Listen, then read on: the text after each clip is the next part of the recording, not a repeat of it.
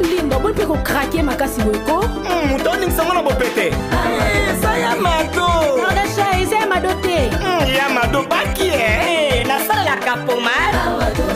Pomade awatoza. Na sala la kayango pona kuvimbisa bassin nanga pe poitrine nanga ya kibomwasi mobile ameka pe akangama. Dancing, esprise, on dit esquisse. Et bongo biso batu oyo bilogie koma biso lokola sima ya gorille partage epai na salela nini. Ok, yo okosalela gel de base d'escargot. Oko appliquer yango seulement na elongi na yo pendant quelques jours. Partage nyonso pe ekosila yo. Merci maman. Eti oyo ezali crème awatoza au sel de la mer morte. Ezali mpona bato nyonso tu mwasi mobile. Osala pembe to moyindo yango ekoajuste juste teinture na yo ezala Milboron Cyrano cremeye na pomade awatoza.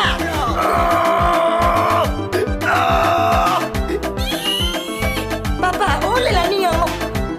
Maman na okason. Mobali na ngai koma lokola lisap. Ah bon? Pona bino mibali bokosalela pomade awa toza homme. Appliquez yango na kimobali na yo. Okosentir etolomo et puis endurance ya kibobali mama akosenga pardon. Ah, maman lelo maman. La boutique Awatoza, nous sommes en France, précisément à Paris. Arrêt Marcadet 70, métro Marcadet ligne 4, code postal 75018. Pour tout contact, appelez Maman Nicole au plus 33 7 51 11 09 75. Ancienneté, les à Maman Nicole. Mbote na bandeko balandila biso nyonso ya Karine Amado TV topesi bino vraiment ba mbote belé tolingaka bino en tout cas vraiment musala oyo ya onde salaka ke biso tozala ya onde salaka ke bino pe bozala bien biso pe tozala bien. Pourquoi? Parce que toyaka koyekola toyaka koyekola na musana biso tolingaka toyeba lelo alambaki nini lobi alambaki nini eloko nini atiaki eloko nini abakisaki. Là vraiment je dis merci à toutes mes fans, je vous aime beaucoup. Nalingaka bino na lela bino fort. Hein, la bino fort. Bo continuer toujours ko landa biso to linga bino, to continuer toujours ko sa musala ko koti la bino ba élément. Ah là vraiment je dis bonjour à le roi des papas Bambo Tebele et ça la ka de ce moninga lingi. Je dis merci beaucoup na batu nyonso o bolinga nga merci beaucoup mais lelo vraiment na yambeli bino invité bino aza spécial makasi. Moi la moko bien. Tanti mo bien. Aza pera le roi. To le baté. Mais fongole la sur caméra ba mona ninga zali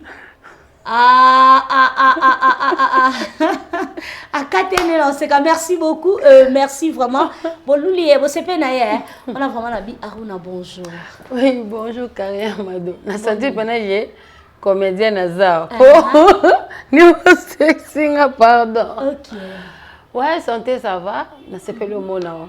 Merci biso beto sebe ko yambo na plateau na biso obisi ba fanatique noni ba nalingi bango mingi ba zilarara ou ba mona rara elubu na ngamba mbolamba tellement et puis ça le pega bien comme ça on va découvrir repas statut tchaki o les agini soso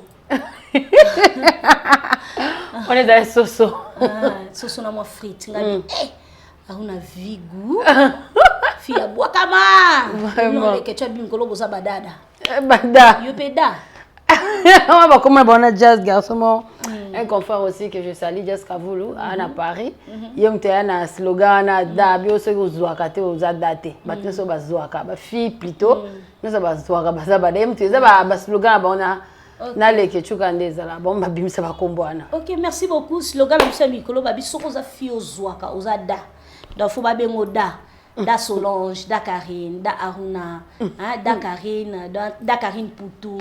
Donc comprendre. Ba tonton ba zoa to ba ka. Hein? Carols.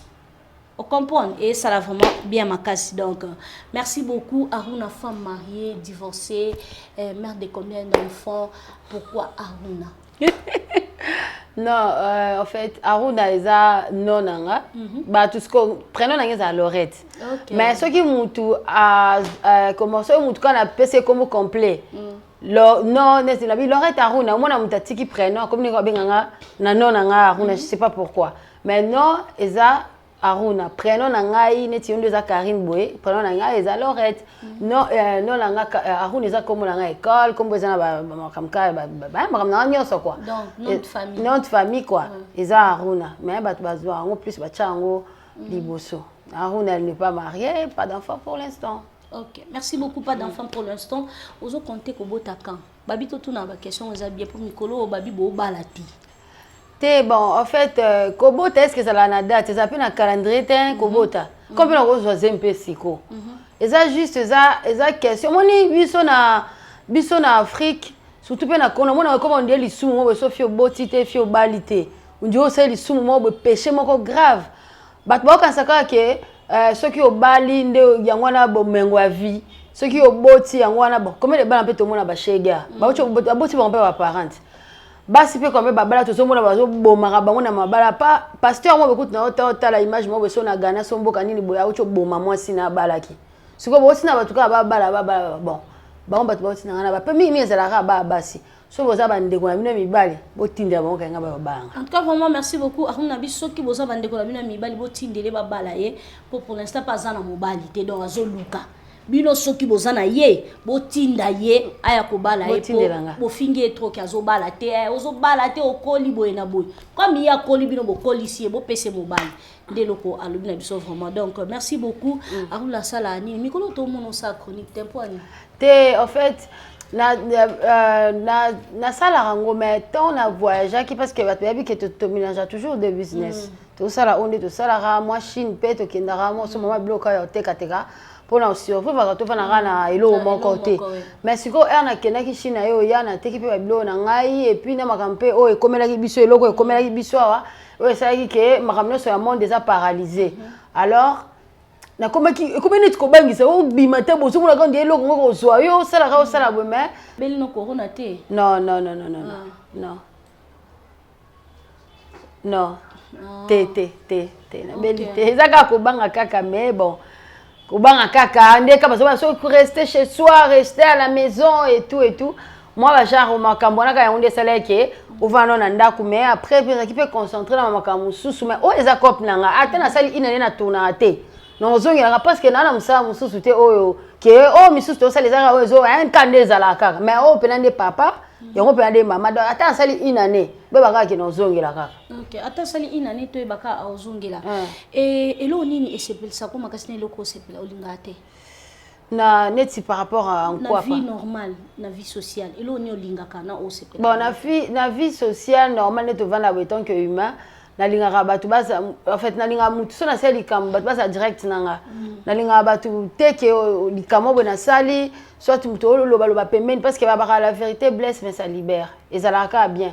Mutu sali kambo kinga likato peu importe likambo ngo mutu approcher nga oyebisinga keno ka mutu mo boye oloba na sima na ngai wande na supporta ngo te batko be baloba makam na sima no sepe na ngote na mijo so bando tanga bon neti na mijo misupe ba oloba kaka do baleke be no yeba nombre te mais est-il que na mukito ebika qu'il y a toujours des gens au bord toujours pour tellement mbo sala mais bon to vivre pour na bango te de toutes les façons. OK elo ni sepe sako elo ne sepesanga nyoso ka oza malamu sepesanga so na bandi ko détail aweza tellement belé nga couleur ni couleur na linga mingi noir o sepela couleur ni mingi ko sepa couleur mingi na linga mingi pondu ouais ba za rancunier makasi oza ba problème makasi na ba confrères ba collègues na non qu'est-ce qui se passe non je pense pas ngai vraiment que tout déjà mon sur internet déjà na zalara trop tena bato c'est pas que nazara to monte que na mapeka non na message na vie mo boya ozala un peu ngamo ko passe pour na ko éviter mo babuso ba donc mutu o songa na okanga mana museke mutu na ozo neti frère nanga to tani tikane par exemple ya lekechu na banda fongoli village panda ba open na zo inviter bato nyonso o ba otala émission na chaîne ya Karine ya Mado donc tant boya na kin ba séjour na bino d'abord passer ko bo penser plutôt les canapés na village Panda et pas les Ketchou et ça la bien pour bloc on lit bien kuneza kuna net les Ketchou c'est comme un frère pour moi donc la rose en avant dit bolo comme ça les atena qui na bi to beta maso musu souper bimate en dehors internet na ça Yvette Kalombo c'est ma sœur on appelle moi bateau to kutanaka auto sur la bango en dehors il y a internet mais je peux pas côtoyer tout le monde pour éviter que oh moni asala ki aloba ki et pour na suka ngo jugement ça la kana réseaux sociaux moi ça yo vendre me ba ça biso na ndenga page mort à Facebook. Non, cocaté. Mais à cause de rancunière, c'est faux, je suis pas rancunière. Bah créer là un problème té. Ah, bah pour moi des ans à terre, moi même tout ça qu'on va na quoi moi boya et au fingo. Celle mission moi fingo quand des ala kaka ba. Il est blessé au makasi na musalo. Bon, et là on est blessé na musalo ozaka ke koyeba kozanga ba tout ça ba valeur à batuté. Au moins quand on est tous mélangés tout ça là musala internet, on appelle ça l'une des réseaux ça ya mo comme baiso ya mo musala. Quand on ça musala batuté so mo ka bwandenge moko. Mutu so ko vandi kana komo ayeka bandi yo Aruna bandi finga yo. Maebi yo te ayebi sko utate internet ka yebi penga tape kamana ngate. Mais quand tu as internet quand na simba micro bo amonio ka bo à cause na facilité abandonner ba n'importe quoi sur toi. Dès lors vraiment e baisanga na musala c'est ça. Mais on sait là nous non. Te musala o ça très bien parce que ça ba ouverture et belé ba tout susu. Vous en fiancé. Donc tu ko ba sigoli kama to songi sula so kati susu.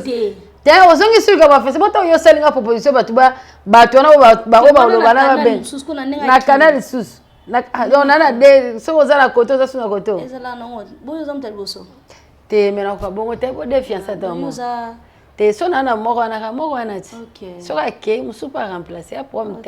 Mais ya a ona kuna boss quoi wana tonga yakim. Ouais après siko. Ba bunja na kacha. Ba boa que se connectage na. Nzambe. To eka na toto ki ba boa ka nguna na se. Te même pas dans ce ça mutu moko ça ra mutu no moko na ba raisonner la biso anate. To ba fi sérieuse ma casse. Est-ce que au quoi na makambo bato lobaki ba fi ya ligne bazaka bandumba bazaka ba fi mo bazaka ba malbouche ba koloba te ba konsola te et tout au quoi nango non quoi nango te parce que na ba réalité pe ba vie ba tu fi pe ba lekana ba internet te ba pe ba impoli makasi ba on pe ba bi ba ngote. Non c'est pas aux cas biso ba ba fi anani bazabe ba ba vana na bandako ba leka pe na écran te ba finga kawana pe impolitesse ça question d'éducation et ça la question c'est que ba fi en ligne nyoso non et ça question d'éducation mais un mot faut ba pe mutema mutu pe sukaka mutu ko za lo barate mais au fur et à mesure bozo finga bo finga bi te na pe yu matin aleki alobi mais ngol ba te ka ça impoli ça ka ki alinga la ça ba tu pe ke ninga garder silence wana za yu matin après na munoko na ba énergie so ba nyoso ba za ngwa ko loba mais pona ba valeur na ba dignité akoko sala ndenge batu nyonso ba osala te mais nde ba traiter biso de ndumba c'est faux ata fio avant na nda so zaka na de mbele ya kindumba so zaka miba mi balo gérer bango bien o za ndumba da ndumba po o gérer mi balo ba kutana te ba mona na te o gérer bon pa kitoko e da kindumba zaka te pona bato baza na internet tout soit bato ba leka na TV kindumba za partout.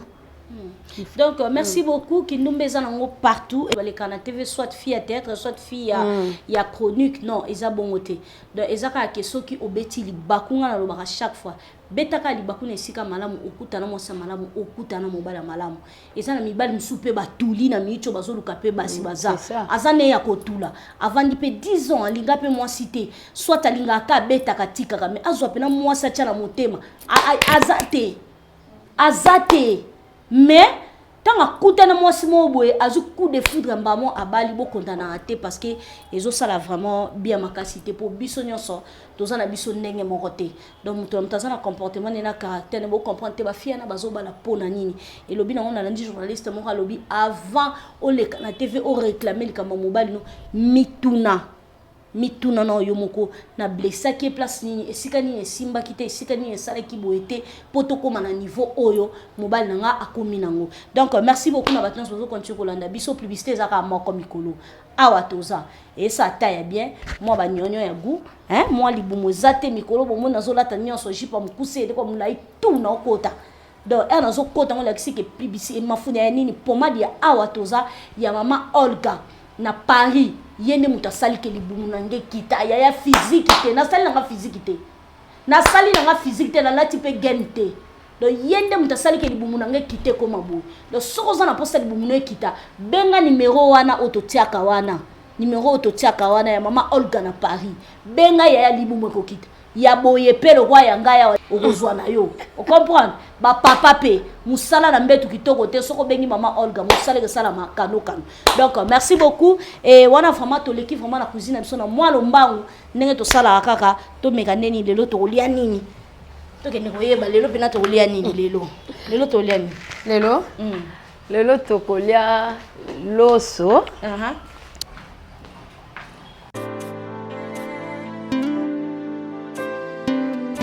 to tchangona viande de bengombe na kati to la maonyo c'est comme on a ba chou na ba petit pois. OK.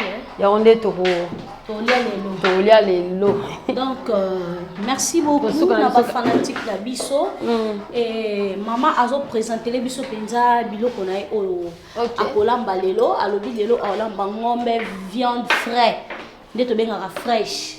Donc viande frais na ye et puis akolamba na loso na ba carottes et na ba petit pois et puis chou un peu de makemba à côté. Donc on va essayer de manger aujourd'hui comme ça. On a bien to sandé to salara to tigele plateau asala musala na e azana kimi azala vraiment à l'aise parce que to tiaye azala mal à l'aise pour poser beaucoup de questions et tout et on sala vraiment bien makasi. Donc merci beaucoup maman biso to tikio osamusa na yo comme il faut présenter bilo on normal et puis ozo expliquer biso na détail. OK, il y a pas de problème. O ezangombe, eza viande fraîche na okatango miki en cube. Donc na okatango na sokoli yango na otokisango na ba épices na biso o eza na otokisango na ail na muscade na céleri na feuille de laurier na tchena poivre blanc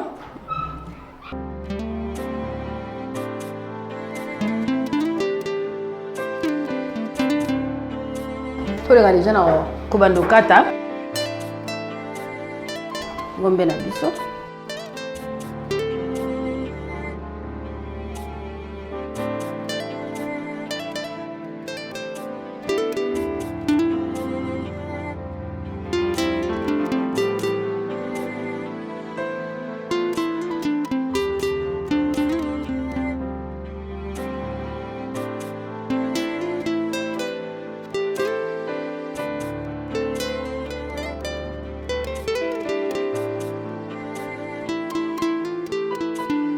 il faut katango vraiment eza mikie eza minene te quoi parce que ezara yo liana loso ba wara balia ba ngo chep bon eza nde mona ya bango te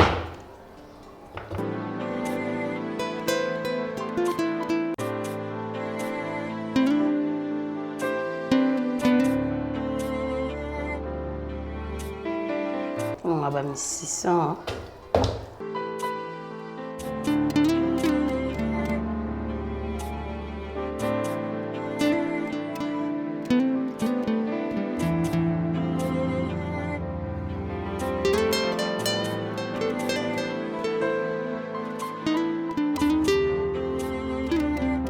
Il faut écarter vraiment mi hein.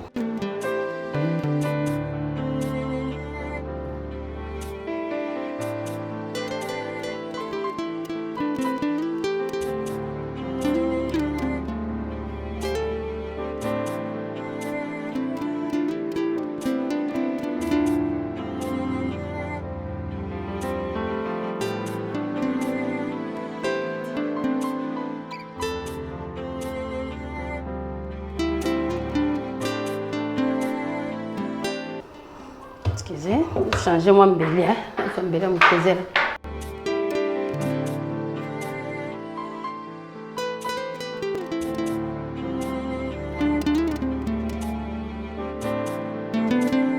On les élève pas minute, on les a. Voilà.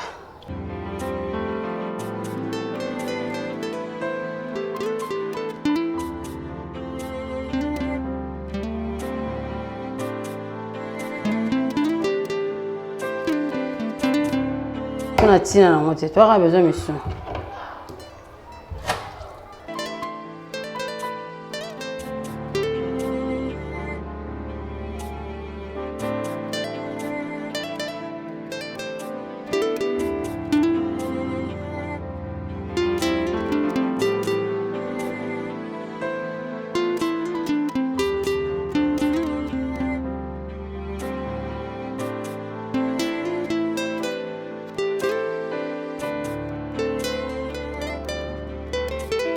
J'espère que compte. Faut avoir miqué. Et ça me n'était.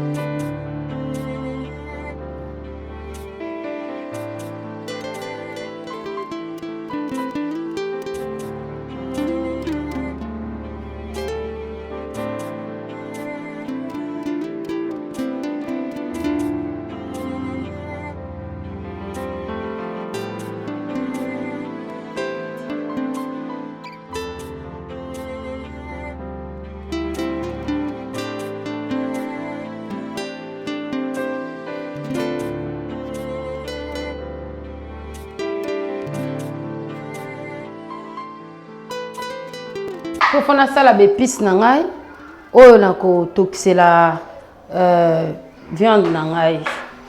Juste on a besoin ail, la céleri, fait de l'eau. Voilà. J'ai fait de laurier nangai nache.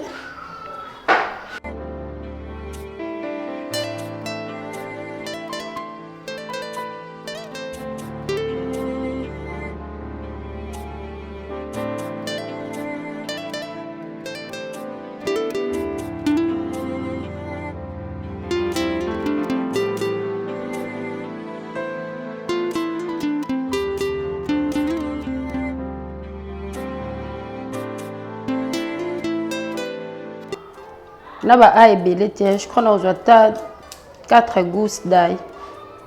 Mais ail, ça la peu bien. Pour nous.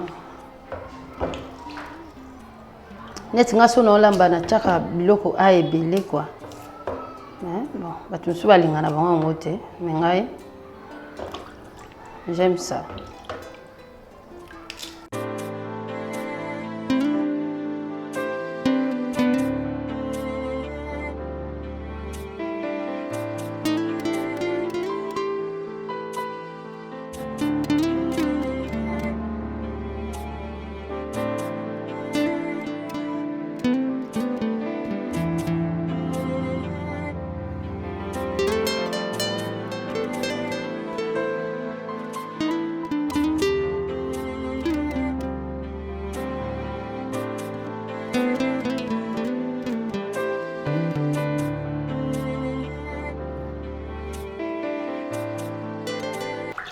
Comment il faut qu'on en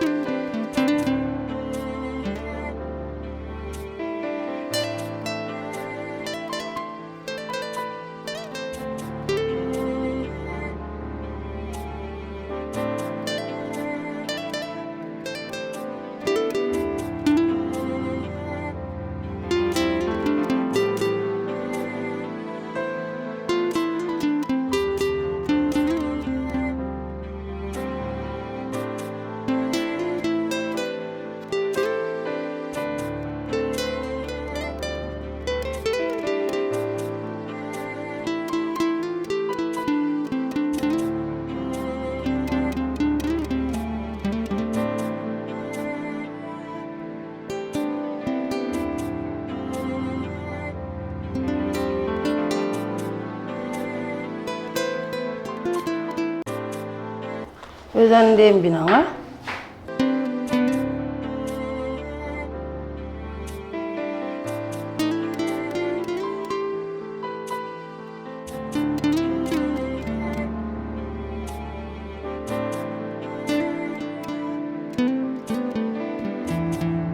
Azui poivre blanc nanga.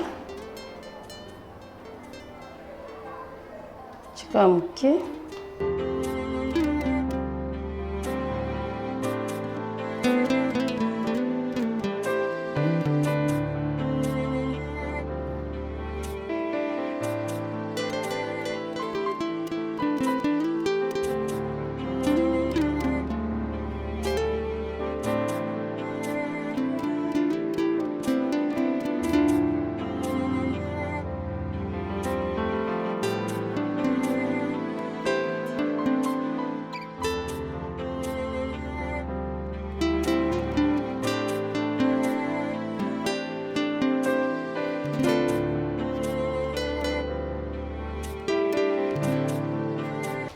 Oza bouillon na biso ya viande. So pour lingo toxina munga, moi na préféré na chango pour na goût. Voilà.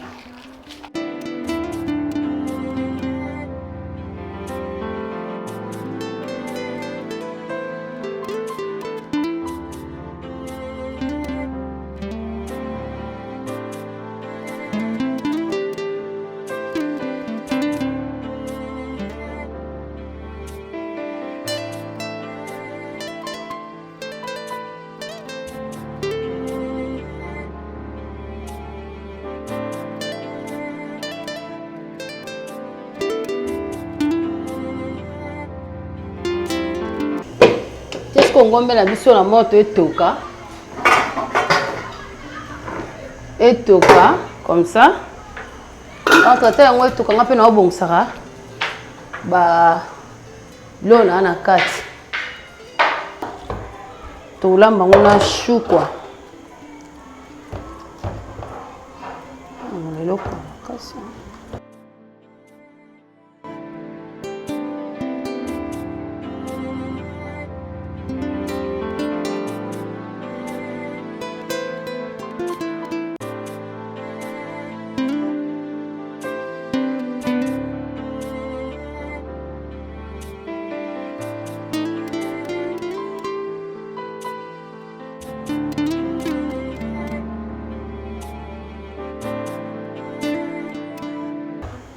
chou na biso ngo tokata na biso ngo mikiete tokata chou minene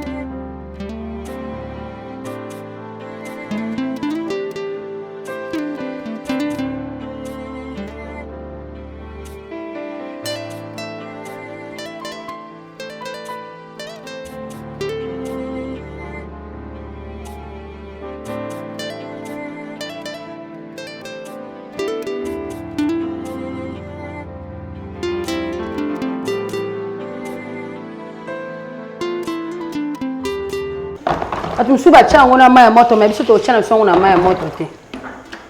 Ba tukisa na maya moto mais oze ya loso to chango na maya moto.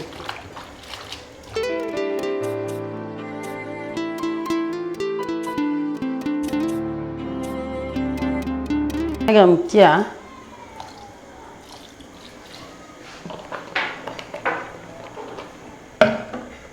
Pour biso to yebi ke na ba légumes ezala toujours na ba nyama na kati. Alors tu chango na vinaigre. Tu sokoli on a vinaigre.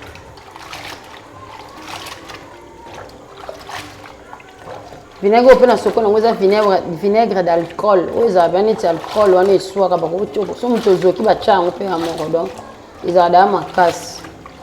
Ça tue. On va bloquer miki rose na chou na biso.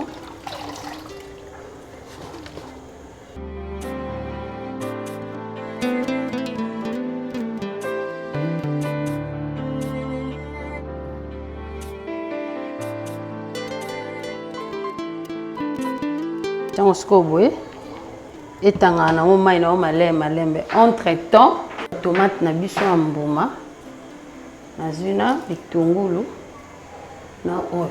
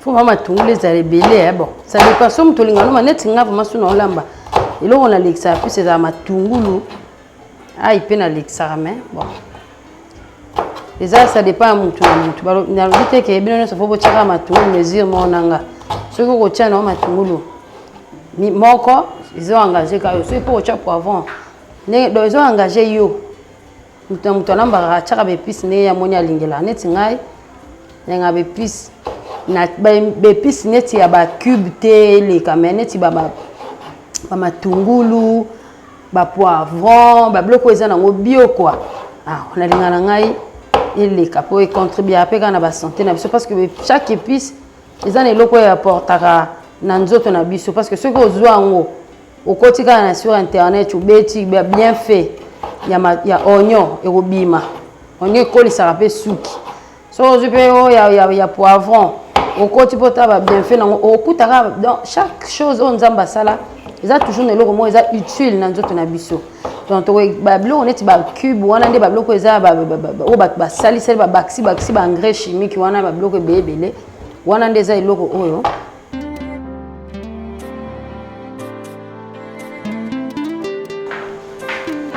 wana chama tungulu na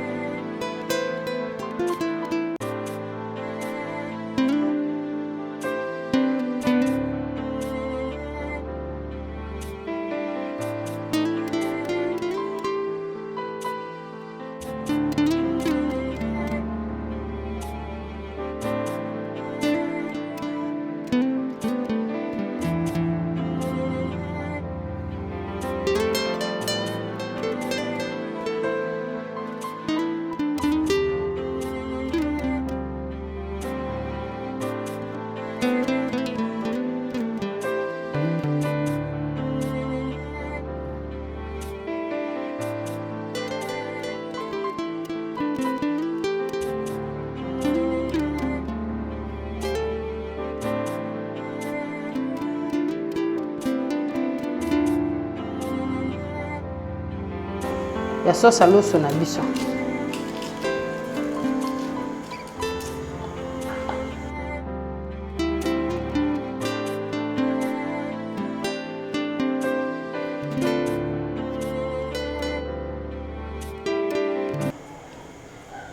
Osko ayo tout yango na muscade. Donc na muscade na biso on de to sela nini.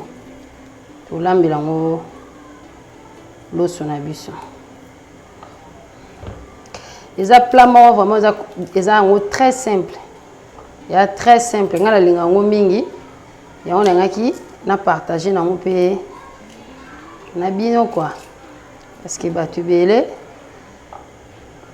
sauce eza raté au kalinga ici eza pe raté au tumoko ko la mo pe na façon mususu pe et puis oui pe bien na eza na onka te fo olamba on sondeni ka ya ba soupe wana bomela on nzoto non non.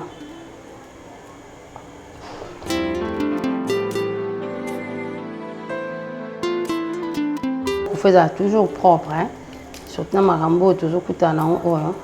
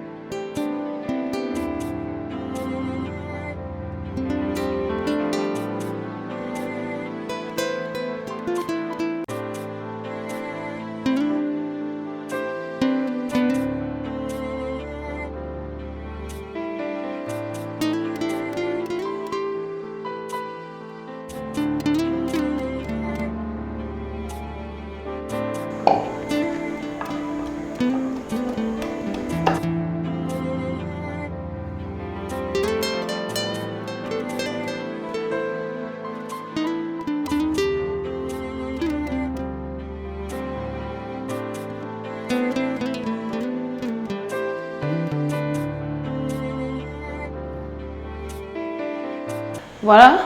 Le quoi entre-temps viande na biso ezotoka comme déjà prêt pour na kubela. Alors on a petit point nanga déjà na banda osala ngo d'ici là tout ça déjà sauce na biso na longola.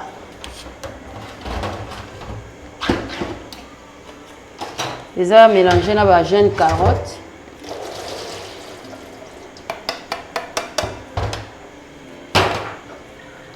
C'est là que vous avez une boîte, toujours, il faut toujours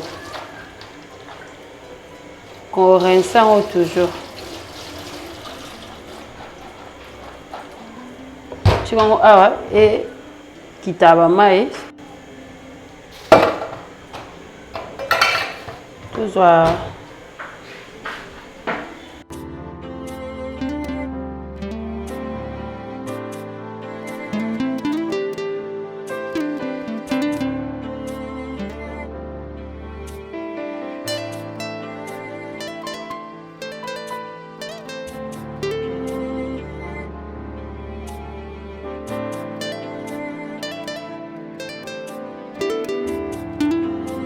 Batumsu bazala na l'habitude balambi loso bacha ngo ba pomme de terre na kati bacha ngo soit manioc comme ngana tchena biloko wana te na préféré na mpanzi na kalinga makemba na ngai yango makemba otoliongo mpanzi na loso wana na loso apo makemba to kalinga mpanzi.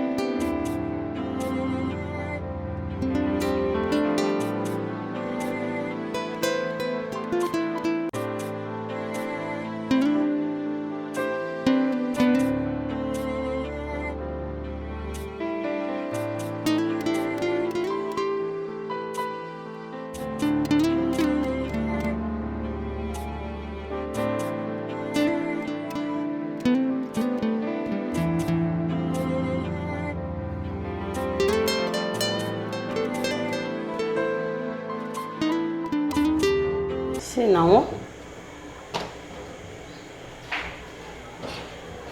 Voilà, aussi si ma kemba na biso ko kata comme ça to sala nani viande na biso to talon comme ça to banda deuxième étape na biso yo sala ko chango loso.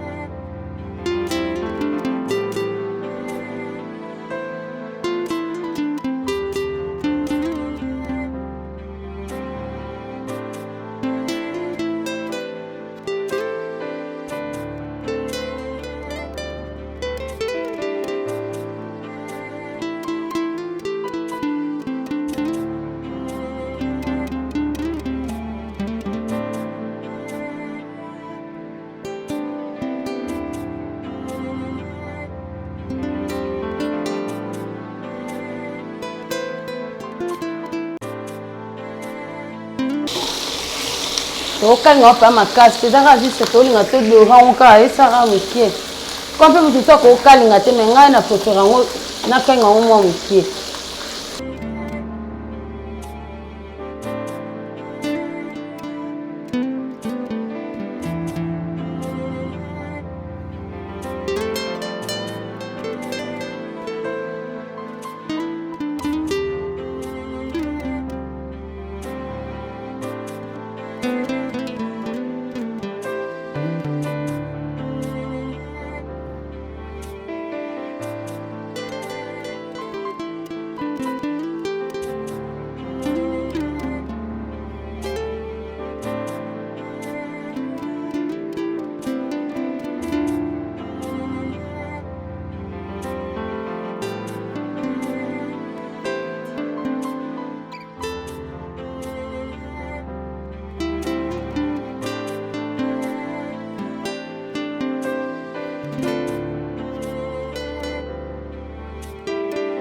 Bon, ndenge naloba likambo ya loso bato mosusu nde baza boye toyebaka te omona ozolamba loso ebimi potopoto ozoyeba te pourkui loso ebima potopoto loso mpo ebima moko neti ri oyo loso eza basmati babasmati oyo balamba yango neti nde na olambela mesure nange eza na kati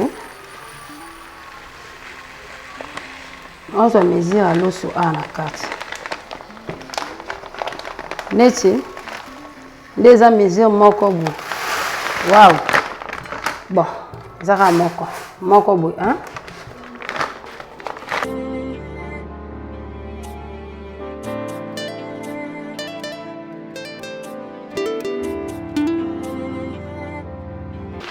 Bon, on a tenu timoko nandambo. Kona moko nandambo to na olamba.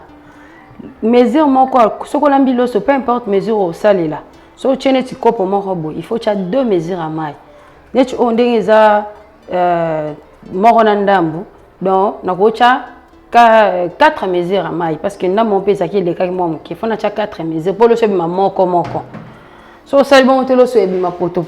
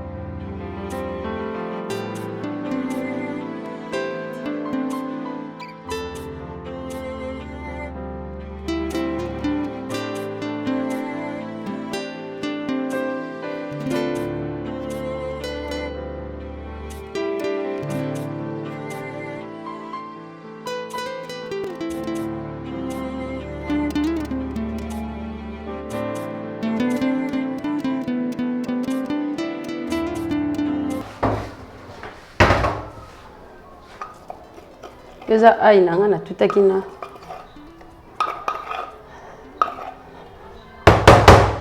na muscade.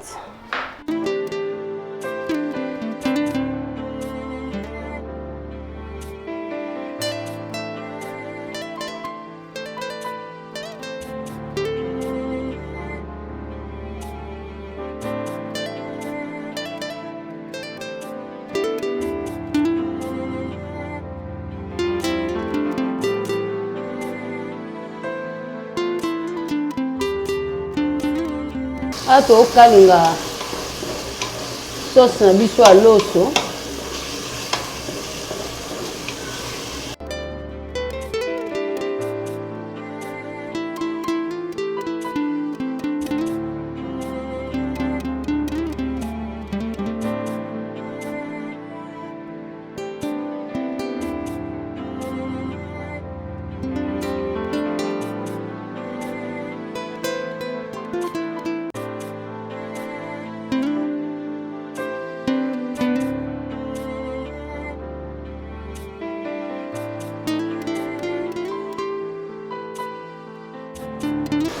Waxi moi poivre blanc na biso na sauce.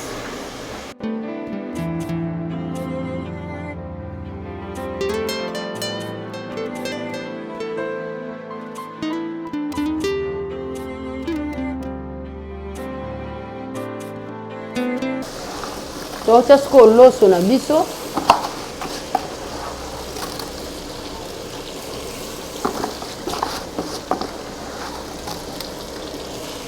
Loso nde eza bolinga moto ebele te so na siska osala sauce nde na osala boye na odimine moto po ezika te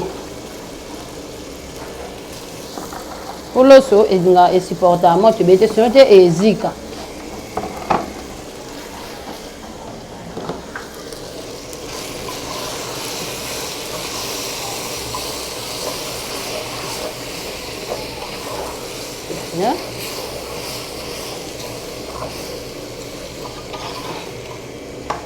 Ini moto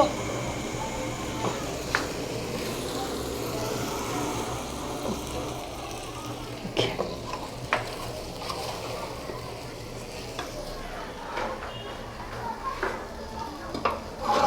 Tu fais mes suies na biso.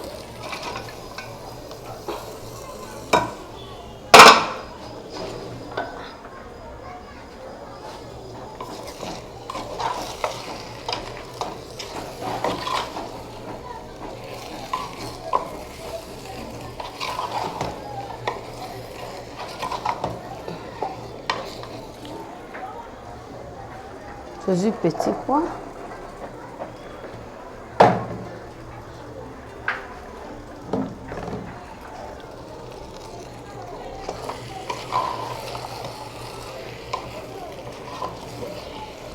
Tiens.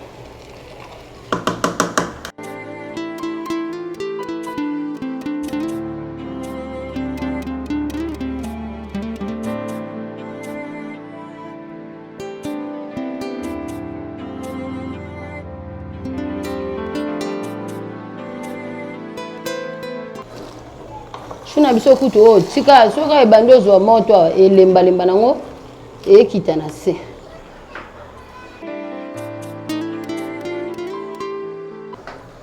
Ma indeka na lobaki lo sangesa oyo nanda katikati.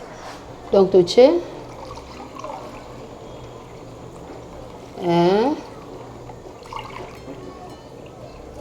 2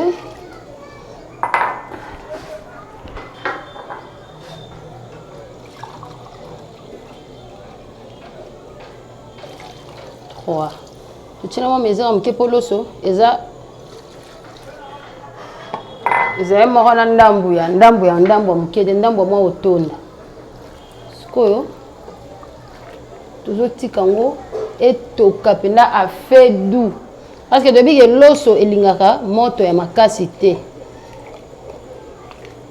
Moto ya makasi te. Chasko mungu. Eza loso bonga mwa mungu yokana. Po yo akoma malima en plus eza boya to bakisi mwa mungu mukie kaka. Mukie. Donc siko boende eza boye totika ngo siko etoka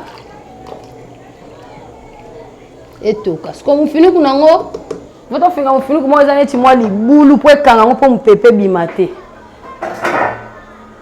na préféré na finga mufiniku ya nzungu po yango ekota na kati bo totika yango etoka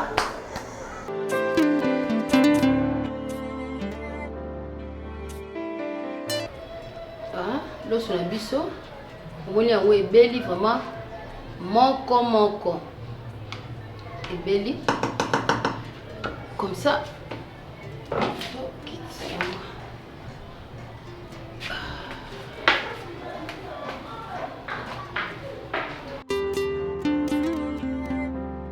loso na biso yango oyo ebeli bomoni babiloko nyonso oyo totie bashu na biso yango emonani viande petit pois na biso ba carotte donc sikoyo tozokalinga makemba na biso po toservir yango tolia.